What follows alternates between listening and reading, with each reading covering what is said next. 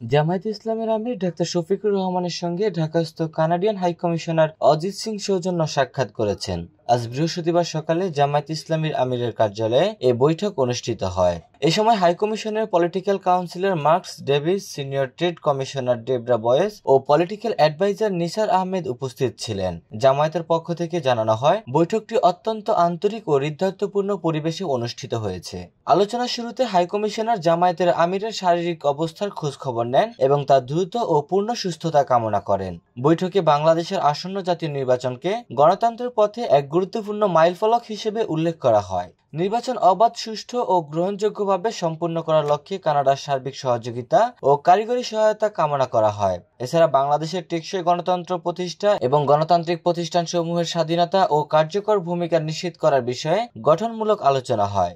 উভয় পক্ষ আশা প্রকাশ করেন, ভবিষ্যৎ বাংলাদেশ ও কানাডার মধ্যে দ্বিপাক্ষিক ব্যবসা বাণিজ্য, বিনিয়োগ ও অর্থনৈতিক সহযোগিতা আরও সম্প্রসারিত ও সুমধুর হবে।